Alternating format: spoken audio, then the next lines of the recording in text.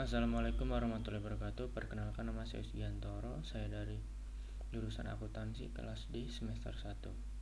Di sini saya akan menjelaskan materi tentang konsep dasar, jenis-jenis data, dan distribusi frekuensi.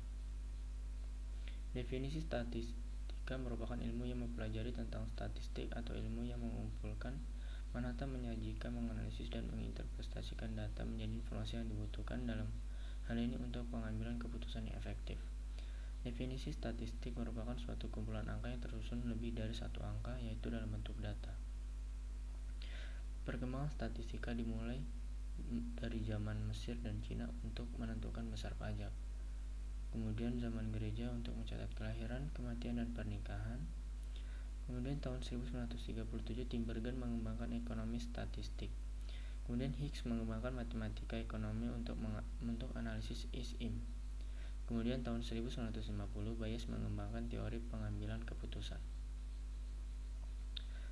Berikut contoh penyajian data statistik dalam bentuk tabel dari beberapa perusahaan dari beberapa sektor yang mengalami kenaikan atau yang mengalami penurunan. Jenis-jenis statistika dibagi menjadi dua, statistika deskripsi dan statistika interferensial atau statistika induktif. Statistika deskripsi adalah untuk memperoleh gambaran atau description atau ukuran-ukuran tentang data yang ada di tangan, seperti berapa rata-rata, seberapa jauh data bervariasi. Contoh statistika deskripsi tentang variabel pekerja di PT Joshi bisa berupa informasi mengenai pekerjaan berdasarkan jenis kelamin, tingkat pendidikan, status perkawinan, besarnya upah pekerjaan, atau informasi lainnya. Sedangkan statistika induktif yaitu membuat inferensi atau menafsir ukuran populasi atau menguji hipotesis dari suatu populasi atau sampel inferensi, melakukan perkiraan peramalan pengambilan keputusan. Contoh, manajer pemasaran ingin mengetahui seberapa besar pengaruh dari pengeluaran iklan terhadap penjualan untuk nantinya dilakukan analisis regresi. Berikut adalah perbedaan populasi dan sampel. Populasi adalah sebuah kumpulan dari semua kemungkinan orang-orang dan ukuran lain dari objek yang menjadi perhatian. Sedangkan sampel adalah suatu bagian dari populasi tertentu yang menjadi perhatian. Soal, tentukan apakah kelompok yang dimaksud ini adalah populasi atau sampel. Populasi, peserta seminar aplikasi statistika dalam praktik dunia bisnis. Seluruh penonton yang melihat pertunjukan konser musik balet pasti berlalu. Uji coba terhadap 50 bola lampu mengenai daya tahannya. Sampel, laporan keuangan 40 perusahaan yang terdaftar di Bursa Efek Jakarta dari total 360 perusahaan yang terdaftar.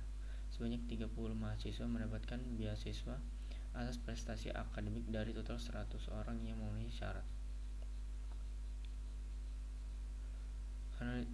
Analisis data dibagi menjadi dua, data kualitatif dan data kuantitatif.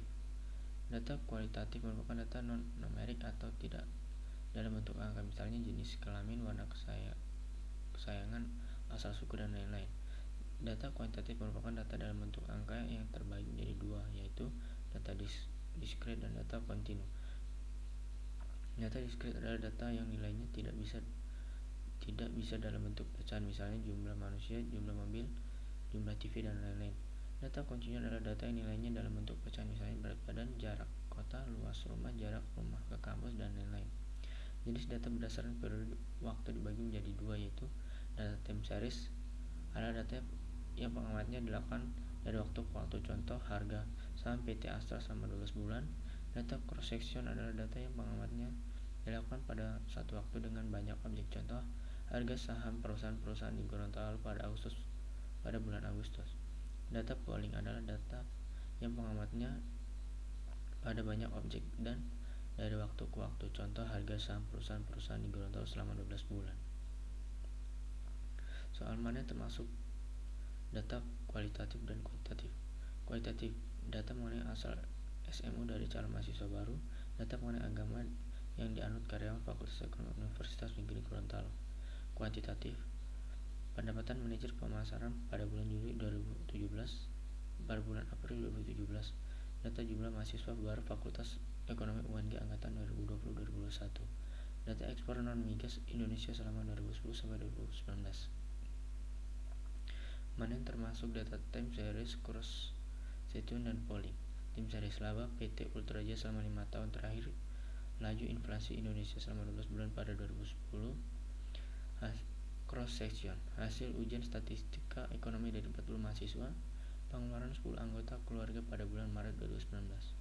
Polling indeks prestasi semester dari 30 mahasiswa selama 5 semester. Mana termasuk data primer dan sekunder. Primer, data kekuasaan pelanggan McDonald yang diperoleh dengan membagikan kuesioner yang diisi oleh pembeli McDonald. Data mengenai laporan keuangan diperoleh langsung melalui survei ke perusahaan-perusahaan yang dijadikan objek penelitian. Sekunder, data mengenai kepuasan pelayanan pelayanan kampus yang diperoleh dengan cara mengirimkan kuesioner melalui surat kepada mahasiswa. Data mengenai laporan keuangan perusahaan didapat melalui Bursa Efek Indonesia. Data suku bunga dan jumlah deposito yang diperoleh dari statistik keuangan Indonesia yang diterbitkan oleh Bank Indonesia. Skala pengukuran dibagi menjadi 4, skala nominal, skala ordinal, skala interval, skala rasio.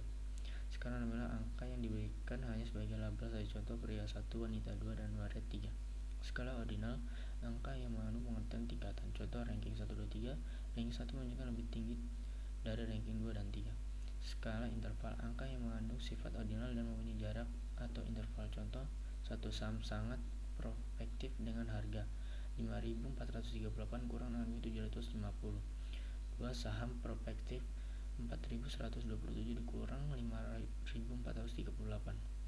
Skala rasio angka mempunyai sifat nominal, ordinal, dan interval serta mempunyai nilai absolut dari objek yang diukur. Contoh pada 2012 inflasi Indonesia 4,3% dan inflasi AS 2,069%. Maka inflasi di Indonesia 2,08 kali inflasi di AS. Distribusi frekuensi adalah pengelompokan data dalam beberapa kategori yang menunjukkan banyaknya data dalam setiap kategori.